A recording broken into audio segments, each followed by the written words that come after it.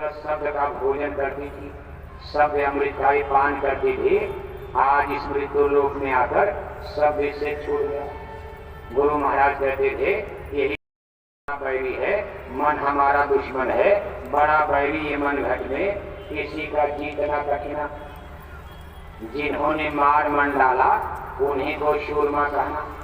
अब इस मन रूपी दुश्मन को आप खोजते रहो कि भाई कहाँ है, जरा मिले तो मारे। खोज पाओगे आप? एक ही कोठरी में मन, जहाँ आत्मा वहीं मन, एक ही कमरे में, और दोनों आपस में दुश्मन। और बंद करके बाहर से ताला लगा दिया जाए तो सुबह होते होते एक तो मरे मिलेगा, नहीं भी मरेगा तो दोनों के नाक कान तो टूट ही जाए। दोनों में दुश्मनी है, एक ही कोठरी में बंद करके। जन्म जन्म का बैरी मन इसी पिंड में, दोनों आंखों के बीच। देखो मन भी और यही आत्मा भी, इसी पिंड पिंजरे में आत्मा और मन दोनों। और जब ये जन्म जन्म के बैरी एक निगेटिव है, पॉजिटिव है। निगेटिव पॉजिटिव का मतलब एक जो है जड़ है, एक चेतन है। मन जड़, जड़ का मतलब जैसे मशीन होता, इसको आप इस तरह समझ सकते हो जैसे अपने घर में आप तमाम प्रकार के सिस्टम मशीन देखते हो, जैसे आटा चक्की की मशीन, कूलर है, फ्रिज है, फैन है, पंखा है। मान लो आपके घर में सब सिस्टम है और घर में पावर, ऊर्जा, एनर्जी यानी बिजली नहीं है, तो न आपका कूलर चलेगा, न फैन चलेगा, न आपकी आटा चक्की चलेगी, न पंपिंग सेट चलेगा, पानी नहीं मिलेगा। और मान लो आपके घर में पावर है, ऊर्जा, एनर्जी, बिजली है, लेकिन आपके घर में कोई सिस्टम, कोई मशीनरी नहीं है। आपके घर में न बल्ब है, न पंखा है, न कूलर है, न फ्रिज है, तो बिजली क्या करेगी? यानी दोनों चीजें एक दूसरे की पूरक हो गई। यानी जब बिजली रहेगी और मशीन रहेगी तब वो फंक्शन करेंगे, यानी उनकी कार्रवाई होगी और तब उसका आपको लाभ मिलेगा।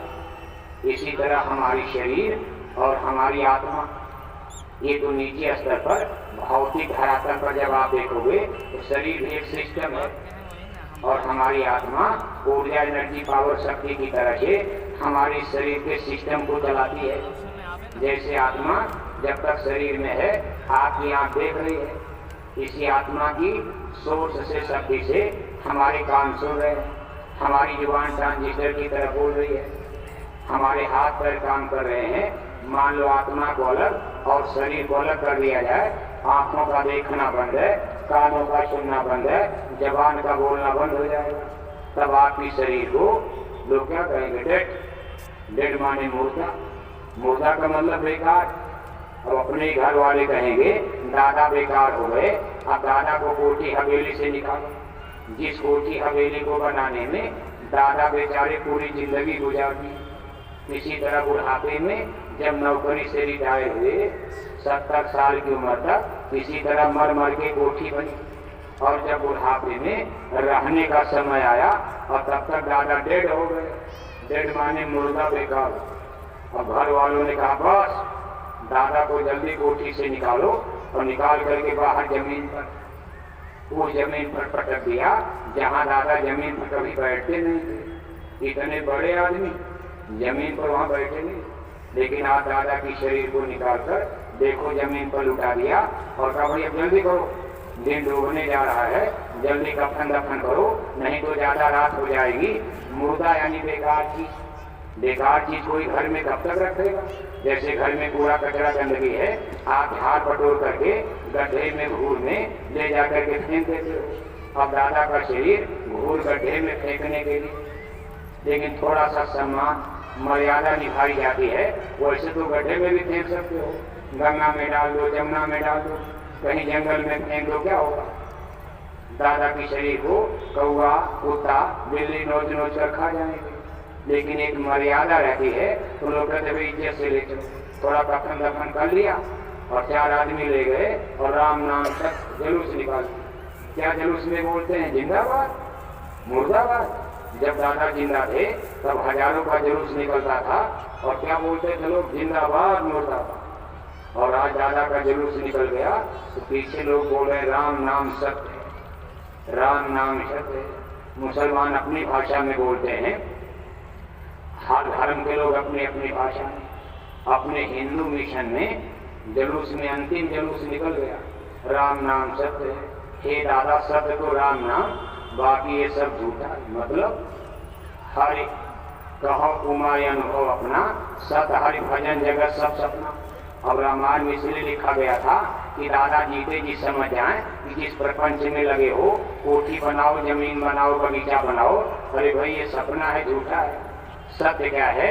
कहो उमाय अनुभव अपना, सत हरि भजन जगत नहीं सब, जगत सब सपना। लेकिन दादा जिंदगी भर रामायण पढ़े, लेकिन इस चौपाई को समझ नहीं पाए। उन्होंने कोठी को सत्य समझा और घर मकान को सत्य समझा, जमीन बगीचे को सत्य समझा, जीते जी सत्य नहीं समझ पाए। जब सत्संग गुरु की करते, अगर सदगुरु की संगत करते तब तो समझ जाए। बिन सत्संग विवेक न होई, राम कृपा में सुलभ सोई। जब उनको सत्संग में बुलाया जाता था तो तमाम बहाना बना करके दादा निकल जाते थे, कहते हम तो रामायण पढ़ते रहते हैं, हमारी यही पूजा है, और वो उसी को पूजा मान लिए। पढ़ते पढ़ते रामायण जीवन बीत गया, कोठी बनाई, जमीना बगीचा बनाया। और आज दादा के मरने के बाद पीछे गांव वाले चिल्ला रहे हैं कि दादा बोलो राम नाम सत्य। दादा सुनने वाले हैं, दादा तो तब तक वहां पहुंच गए। इधर आप उनका जुलूस निकाल रहे हो और पीछे बोला जा रहा है राम नाम सत्य है, राम नाम सत्य है। और तब तक दादा को पकड़कर खुदा के फरिश्ते, मौत के सिपाही, परमेश्वर की अदालत में, जिसको धर्मपुरी यमपुरी कहा जाता, हमारी पृथ्वी से 86 लाख योजन। अब ये विज्ञान तो भी नहीं इसका परिचय दे पाया है।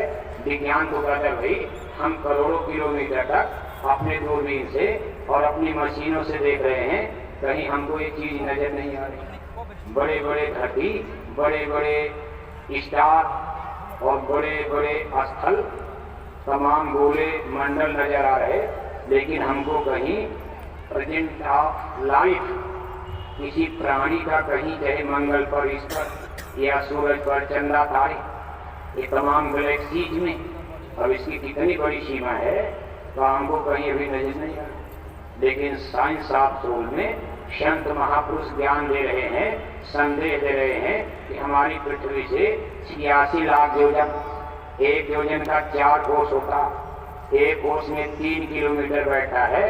अब 86 लाख योजन का आप उड़ा करके किलोमीटर बनाओ। कहा इतनी ऊंचाई पर इस आसमान में यमपुरी का भाग आता। यमपुरी इसी धरती की तरह वो भी एक स्थान है, वहां जीव को ले जाते, लेकिन उस समय शरीर का भार, ये शरीर जो 80-90 किलो की है, ये तो नष्ट हो गया। इसको ले गए घर वाले आग में, हार जले जल लाकड़ी के जले जल। ये 80-90 किलो का शरीर लोथा, जिसको किस्म किस्म का फल, किस्म किस्म की सब्जी, किस्म किस्म का अनाज, चोखा चटनी अचार, कहीं ये कहीं वो, टॉनिक विटामिन देकर मोटा तगड़ा किया था। ये 80-90 किलो का भार सीना तान कर कहते थे मैं 90 किलो। आज ये 90 किलो का शरीर वो देखो आग में जल रहा है। तो वही सूरज की तरह चमकता चेहरा, सोने की तरह चमकती काया शरीर जलकर 2 घंटे में मुट्ठी भर राख हो गई, मिट्टी मिट्टी में मिल गया। बस यही आदमी इतिहास समाप्त कर देता। लेकिन साइंस ऑफ सोल कहता है कि आपकी यात्रा अनंत है, अनंत हो, अनंत रहोगे, आगे भी अनंत रहोगे, क्योंकि आत्मा अजर अमर अविनाशी है। ये मानव जीवन आपका एक पड़ाव था, एक पड़ाव पूरा हुआ, लेकिन यात्रा अनंत है। आत्मा को फरिश्ते पकड़ कर ले गए, कहाँ ले गए? यमपुरी। कहा यमपुर जाए जीव पछताएं, यम के 2-3 बहुत शताएं, तब वो पछताते। क्यों पछताते हैं भाई? जब वो पृथ्वी से अलग ये शरीर छूट गई, अब वहां लेकिन लिखा है कि पछताते। यमपुरी का मतलब कोर्ट कचहरी अदालत है, इसको ईश्वरी अदालत कहा जाता। जैसे कोई आदमी कितनों खाकर पाकर नेता, लीडर, मंत्री, मिनिस्टर हो, लेकिन जब कोर्ट का वारंट परवाना आता है, पुलिस गिरफ्तार करके जेल की तरफ ले जाती है, तो बड़े बड़े मंत्री, मिनिस्टर भी उनके चेहरे धूमिल हो जाते हैं। जेल में कोई जाना चाहता है? बेइज्जती तो होती है। अब यमपुरी 2 अदालत है, अभी अदालत में ले जा रहे, जेल खाना तो कोर्ट के फैसले के बाद जेल होती है, सजा होती। अब वहाँ ले जाकर के वहाँ फैसला किया जाता है, किसका फैसला होता है? वहाँ एक चीज का फैसला होता है, कर्म प्रधान विश्व रचा। वहाँ हिंदू मुसलमान ब्राह्मण क्षत्रिय यादव हरिजन नहीं, रामायण में लिखा है कर्म प्रधान विश्व रचा। जो जस करी सो तस जाखा, राम झरोखे बैठे सब कर मुजरा ले, जाकी जैसी चाकरी ताको तैसा दे। शुभ है अशुभ कर्म अनुहारी, ईश दे पर हृदय विचारी, कर्मन निवाधिकारस्तो माँ फले सदाचना। कर्म का बीज हम बोल चुके हैं, अब फल विधाता के हाथ में है। उस परमेश्वर की अदालत में यही कर्मों पर जजमेंट होता। ये नहीं कि काला है कि गोरा है, IAS है कि PCS है, प्रधानमंत्री है कि राष्ट्रपति है, ऐसा नहीं देखा जाता। प्रधानमंत्री होकर कितना हिंसा किया, हत्या किया, गरीब बन करके चलो ठेला खींचते रहे, पशु मारा पक्षी मारा वही सजा। प्रधानमंत्री बने, पशु मारा पक्षी मारा वही धारा लगेगी। दुनिया का सबसे बड़ा इंजीनियर, सबसे बड़ा डॉक्टर, पशु मारा पक्षी मारा एक ही धारा लगती। कब इसलिए पछताना पड़ता जब वहाँ कुदरत का यानी कानून, कॉन्स्टिट्यूशन ऑफ यानी नेचर, प्रकृति का कानून कायदा जब उसके पन्ने खुलते हैं तो कहते यमपुर जाए जीव पछताए। आभास होने लगता है कि बड़े डंडे तो रास्ते में मारे, क्योंकि जब सिपाही ले जाते हैं तो रास्ते में भी डंडे बजाते। कतरीले पथरीले रास्तों से घसीटते हुए ले जाते हैं, कहीं छुरी चाकू की तरह ऐसे धरती पर बिछाया गया है और कहते हैं चलो। जीव चलना नहीं चाहता है तो वो कोड़े मारते, चलते चलते प्यास लगती है, जीव चीखता है अरे भाई घूट पानी तो पिला दो। तो वो कहते अच्छा मुंह खोलो हम पानी पिलाएंगे। यमराज के दूत मुंह में थूक देते, पानी की जगह थूकते हैं और उनके थूक से इतनी बदबू आती है, इतनी बदबू आती है, उनका एक बूंद थूक अगर यहाँ गिर जाए तो पूरी मथुरा में बदबू फैल जाए। इतनी भयंकर बदबू उनके थूक से आती है। इनको सिपाही, मौत का सिपाही कहा जाता है। आप पढ़ते हो यमदूत आते, इनको यमदूत कहा जाता। कहा इतनी सजा देकर ले जाते हैं, तब जीव को खुद आभास होता है अभी तो सिपाही मार रहे हैं, जज क्या फैसला देगा। और जज ने फैसला हो गया, जज ने फैसला दे दिया ले जाओ इनको मेरे जेल खाने में डालो, दोजख में, नरकों में, जहन्नुम की आग में डालो। कुंभी नरक माही रे गोते, कष्ट पाए जीव किसे रोते। कुंभी पाक नरक कहा तप्त शिला तहने दिन जरई, ता ऊपर जीवन को धरी। तपती ही शिलाओं का नरक, कहीं कुंभी पाक नरक जो कीप और मवाद से भरा है। वो निर्दयी गया नहीं लामे, अधिक त्रास दे जीव मुझाम। वो निर्दयी है, मार मार 24 से हुई, सूरत गतिमत यहाँ भी हुई। जैसे कोई डाकू पकड़ा जाए, जो आता है 2 डंडा मारता, डाकू जो आता 2 डंडा मारता है, वहाँ कोई बचाने वाला मिलता। अगर आपका परिचित भी है, हिम्मत नहीं करोगे कि आप उसके सपोर्ट में आ जाओ, क्योंकि डर लगेगा कि जनता हमको ही मारने लगेगी कि डाकू से दोस्ती करता है, तू भी इसमें रहा होगा और फिर पुलिस हमको भी कानून में फंसा देगी। इसी तरह जब वहाँ जीव गफलत में पड़ता है, कहा मार मार 24 से हुई, वहाँ केवल मारो मारो की आवाज आती है। मृत्यु लोक में जाकर बड़ी उधमबाजी किया था, कितनी बहन बेटियों की इज्जत आबरू को बिगाड़ दिया। ये अपने को खुदा मानता था, इतना इसका गरुड़ गुमान घमंड था, अपने आगे न संत देखता था न धर्म कर्म देखता था, और मारो और मारो और मारो। कहा वहाँ कोई बचाने वाली आवाज नहीं आती। कहा मार मार 24 से हुई, सूरत गतिमत यहाँ पे हुई। कहा भाई अपनी गति को उसने खुद देखा, सूरत माने आत्मा। अब कहते भाई ऐसा क्यों हो गया? कहा इसको तो मौका दिया गया था कि आप ऊंचा स्थान प्राप्त करो मानव जन्म में, लेकिन इसने अपना नाश कर दिया। अगर मानव जन्म पा करके सदगुरु की खोज कर लेते, नाम कमाई शब्द कमाई करते, क्योंकि एक ही उपाय था कि सदगुरु बिना न कोई बाँचे, नाम बिना 84 न चले। इस मृत्यु लोक में इस नरकों की आग से और 84 के जन्म मरण की पीड़ा से कहा कोई नहीं बच सकता है। केवल एक बंदा बचेगा जिसको सदगुरु मिल गए। सदगुरु बिना न कोई बाँचे, नाम बिना 84 न चले। बड़े भाग हम सदगुरु पाया, सूरज चढ़ी मन गगन समाया। तो भाई सदगुरु मिल गए, और वो जीव जिनको सदगुरु मिल गए वो अपनी भाग को धन्यवाद देते हैं वहाँ कि देखो इनको मार पड़ रही। वैसे वो जीव को उधर नहीं ले जाए जाते, लेकिन जब बगल से गुजरते हैं वहाँ रोने की आवाज़ आती। तो कहते भाई ये कौन रो रहे? कहा ये वही मृत्यु लोक के लोग हैं जिन्होंने जीवन भर पाप किया, सदगुरु की खोज नहीं किया, संतों की संगत नहीं किए, खाने पीने सोने में लोभ और मोह में जीवन गंवा दिया। ये उनके रोने की आवाज आ रही। कहा महाराज जरा दिखा दीजिए। कहा नहीं आपको नहीं, आप पुण्य आत्मा हो, आप सदगुरु के जी हो। अगर आप उधर चलोगे आपके साथ सदगुरु उधर चले जाएंगे। अगर कहीं संत उधर चले गए तो नरक कुंड सूख जाएगा, सूख जाएगा। अगर उधर कहीं संत चले गए तो नरक ही खत्म हो जाएगा। कहा नानक नरक अंगूठा बोरा, सब जीवन का किया निवेरा। नानक जी महाराज के जमाने का वाकया है। उनका एक जीव नरक कुंड में पड़ गया। नानक जी महाराज ने दिव्य दृष्टि से देखा कि ये जीवात्माओं को मैंने नामदान दिया, मेरी एक जीवात्मा की तरह। जैसे भेड़ गड़ेरिया अपनी भेड़ों की शिनाख्त करता है, 100, 200, 400 भेड़, लेकिन पहचान लेता। इसी तरह से उन्होंने सब जीवात्माओं का अलग अलग अंक होता। ये नहीं वहाँ कोई गफलत है। जैसे मोबाइल में आप देखते हो सबके नंबर अलग अलग होते हैं, गिनती 1 से 9 तक है और एक 0।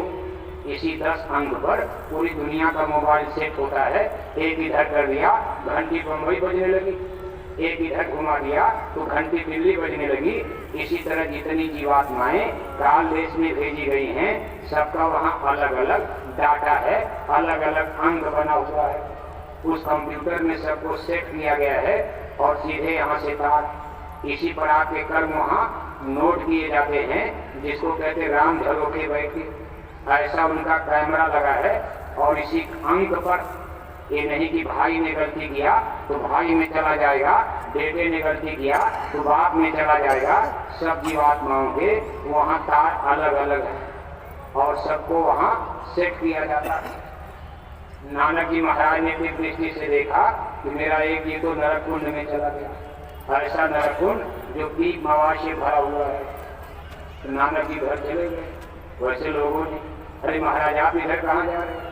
लेकिन अब संतों को कोई रोक सकता, रोकना चाहे लेकिन रोक नहीं पाए। जब नानक जी गए तो देखा जीव नरकों में डूब रहा, ऊपर हो रहा, दुर्गंध बदबू में तड़प रहा।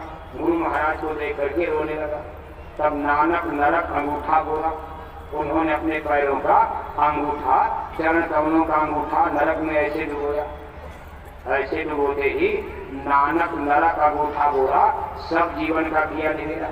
उनके अंगूठा डालते ही पूरा नरक सूख गया, पूरा नरक। तो छोटा मोटा नरक नहीं, समुद्र के किनारे खड़े होकर जैसे समुद्र पानी पानी देखते हो, इससे बड़े बड़े नरक कुंड है जिसमें दीप और मवाल ही भरा है, पूरा सूख गया और सब जीवन का किया निवेरा। उनकी मौज हो गई सारे जीव। इस तरह से वहाँ सिपाही डरते हैं कि कोई संत इधर न आने पाए। तो संत तो आएंगे, अगर उनके जीवों को ले गए तो संत इधर आएंगे। सब काल ब्रह्म पुरुष ने एक कानून बना दिया कि संतों के जीव चाहे गलत करें चाहे कुछ, इनको नरक की तरफ मत लाना, इनको नरक की तरफ मत लाना। अगर उनको नाम दान मिल गया है संतों से और उन्होंने मान लो कुछ गलती भी शुरू कर दिया तो उनको नरक की तरफ मत लाना।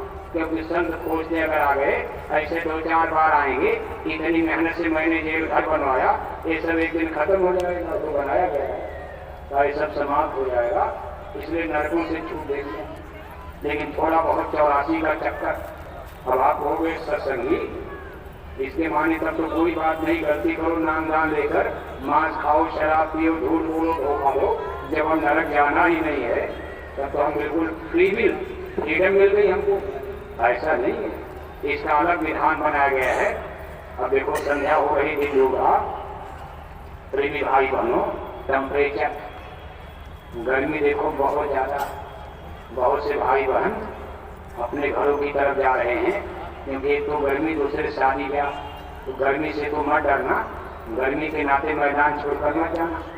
अभी तो इसका समापन कल शाम को होगा, यानी वही शाम का समय जब गुरु महाराज की चंदन की लकड़ी पर यही चिता जल रही थी जहाँ समाधि बन रही है। उसी समय कल सत्संग 5:30 बजे यही समय था, आंखें रो रही थी, चिता जल रही थी। इसलिए इस दिन को भी इस दरबार में बिताने की कोशिश करना। अगर आपको बहुत जरूरी है, आपका रिजर्वेशन है, घर में कोई शादी ब्याह है, आपकी छुट्टी है, क्योंकि पूज्य महाराज जी का सत्संग, उनका दर्शन और नए लोगों को नामदान, गुरु दीक्षा, गुरुमंत्र प्राप्त हो चुका, मंदिर में करीब करीब आपकी पूजा भी हो चुकी है। तो आप जाने के लिए बिल्कुल आजाद हो। लेकिन जिनके पास समय है तो कल के इस महत्वपूर्ण तिथि तारीख पर 21 मई को आप इस दरगाह में अपनी रात गुजारने की कोशिश करना। इसका भी कुछ न कुछ लाभ फायदा आपको प्राप्त होगा। और जब तक यहाँ रहो, ध्यान भजन स्मरण करते रहो और बराबर सेवा करने की जरूरत न पड़े। साधु को, सत्संगी को आर्डर देने की जरूरत नहीं है। मरीज को बार बार नहीं कहा जाता है कि आप ये दवाई खाओ, वो खुद ही सावधान रहता है कि किस दवा को खाने से, कौन सा परहेज करने से हमारी बीमारी जाएगी। सेवा भाव आपके अंदर होना चाहिए। इस दरबार में छोटी मोटी जगह जगह सेवाएं आपको बताई जाती हैं। आप घूम टहल कर देखा करो और उसमें हिस्सा बताया करो, इसका आपको लाभ मिलेगा। पूज्य महाराज जी का देखो आध्यात्मिक संदेश, इसका प्रचार प्रसार फैलाव विस्तार के लिए उनकी प्रचार यात्रा, काफिला यात्रा, यानी आप घर पहुंचोगे और तब तक पूज्य महाराज जी पूर्वी उत्तर प्रदेश की तरफ जा रहे हैं। राजबरेली में, यानी लखनऊ राजबरेली उन्नाव के बॉर्डर पर पहला कार्यक्रम है। इसको भैरवेश्वर महादेव, बड़ा पवित्र स्थान, मेला लगता। ये सई नदी के किनारे है। सई नदी, ये सई नदी प्रतापगढ़ उधर से होते हुए और फिर जौनपुर की तरफ जाती। ये पहला कार्यक्रम होगा। उसके बाद उनका आगमन बस्ती हो जाएगा।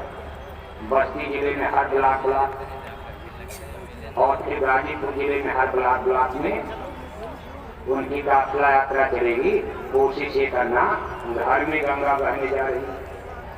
अपने रिश्तेदार, नातेदार, दोस्त मित्र, सभी संबंधी जो भी थोड़ा बहुत आपसे कन्विंस हैं, थोड़ा बहुत इस मिशन के प्रति उनके अंदर लगाव बन गया है, भाव इच्छा बन गई है। अब इससे अच्छा मौका नहीं मिलेगा। ब्लॉक छोटी जगह होती है, एक सेक्टर होता, 25-50 गांव का सेक्टर बनता है। तो 25-50 गांव के बीच में सत्संग गंगा एक जिले में 20-20 जगह बहने जा रही है। आप आराम से साइकिल से, मोटरसाइकिल से, थोड़े से डीजल पेट्रोल में, भाड़े किराए में आप पहुंच सकते हो। अब ट्रैक्टर पर तो आज के जमाने में कोई जल्दी चढ़ना नहीं चाहता है, लेकिन अब तो गांव-गांव में गाड़ी, अच्छी गाड़ियां हैं, तमाम साधन बन गए हैं। अब किसी को ट्रैक्टर पर बैठाओगे, इतनी गर्मी है तो लोहा में बेचारा गर्म हो जाएगा, उसकी हालत खराब हो जाएगी। और वैसे भी कोई, वैसे पश्चिम उत्तर प्रदेश में हमने देखा है, इधर पश्चिम की तरफ लोग ट्रैक्टर की सवारी आज भी करते हैं। लेकिन विशेषकर लखनऊ के आगे आते लोग तो जल्दी कोई औरत मर्द है ट्रैक्टर पर नहीं बैठना चाहता। अलग अलग लोगों के भाव विचार होते हैं। जैसा भी हो, क्योंकि 10-5 किलोमीटर में ही कार्यक्रम होगा, कोई लंबी दूरी आपको नहीं तय करनी है। कोई भी साधन करके अपने रिश्तेदारों को, गांव के लोगों को ज्यादा से ज्यादा संख्या में आप इस ज्ञान मंदाकिनी, ज्ञान गंगा में, सत्संग रूपी ज्ञान गंगा में मज्जन स्नान करने के लिए, कलिमत, इस कलयुग के पापों को धोने के लिए लोगों को आप ले चलने की पूरी कोशिश करना। इसमें भले आपका 1000-2000 रुपया किराया डीजल पेट्रोल में खर्च हो जाए। ये हर सत्संगी की जिम्मेदारी है, केवल अपने अध्यक्ष या ब्लॉक अध्यक्ष या जिम्मेदार लोगों के भरोसे आदमी सब लोग इसमें, इस महायज्ञ में अपना आप तन मन धन इसकी आहुति देकर और महान पुण्य के भागीदार सबको बनना चाहिए। आप सब लोग तन मन धन का सहयोग करते हुए अभी घर पहुँचते ही आप थोड़ा इसमें मुस्तैद हो जाए, क्योंकि इस समय खेती बाड़ी का काम भी यानी कुछ नहीं है। स्कूल कॉलेज भी करीब बंद हो चुके हैं। अपने बच्चों को भी इस प्रचार यात्रा में आप इस काफिला यात्रा में सहयोग देने के लिए अपने अपने ब्लॉक में तैयार कीजिए। जिनको युवा संगत कहा जा रहा, मान लो यही आगे हमारी आगे आने वाली जनरेशन, ये पीढ़ियाँ मिशन की बागडोर पूज्य महाराज जी की अगुवाई में एक बहुत बड़ा काम करें। लेकिन जब आप इनको सत्संग में लाओगे तभी तो इनके अंदर संस्कार बनेगा। बोलो जय गुरुदेव, जय गुरुदेव। अभी कल का दिन और है, सुबह घंटी बजेगी, आप अपने समय से आना, ध्यान भजन से सत्संग, फिर विधि विधान से शाम को 5:30 बजे इस कार्यक्रम का कल समापन होगा। इसके बाद आप भी पूर्ण रूप से यानी सबकी छुट्टी हो जाएगी कार्यक्रम की समाप्ति के बाद। लेकिन सेवादार लोग ये देखो तमाम विस्तार है, टेंट राउटी, ये तमाम इन चीज़ों का तो अपने अपने जिले के सेवादार थोड़ा बहुत जैसे जैसे खाली हो रहा है इसको आप समेटने की तैयारी, थोड़ा बहुत सेवा में योगदान सबको करना चाहिए। तो कोई जिम्मेदारी एक आदमी की नहीं, सबको करना चाहिए। जो करेगा उसको लाभ, जो करेगा वही तो पाएगा। सेवा का कितना बड़ा फल होता है, क्योंकि किसी की नौकरी, गुलामी, मजदूरी नहीं, ये अपने प्यारे सदगुरु दरबार की सेवा है। इसमें जितने पसीना बहाओगे उसमें आपकी कितनी बीमारियाँ और कितने बार की काई धुलकर कट कट करके गिर जाएगी। इसलिए औरत, मर्द, बच्चे, बच्चियाँ, चाहे आप बढ़िया कपड़ा पहने हो चाहे खराब, चाहे आप अंग्रेजी बोलते चाहे हिंदी, सेवा में सबको भाग लेना चाहिए। क्योंकि बीमारी हिंदी अंग्रेजी नहीं मिलती। ये नहीं कि बढ़िया कपड़ा पहने हो तो बीमारी नहीं आएगी, फटा पुराना कपड़ा पहने हो उन्हीं को बीमारी लगेगी। इसलिए इन चीज़ों का लाभ फायदा सभी प्रेमी भाई बहनों को लेना चाहिए। बोलो जय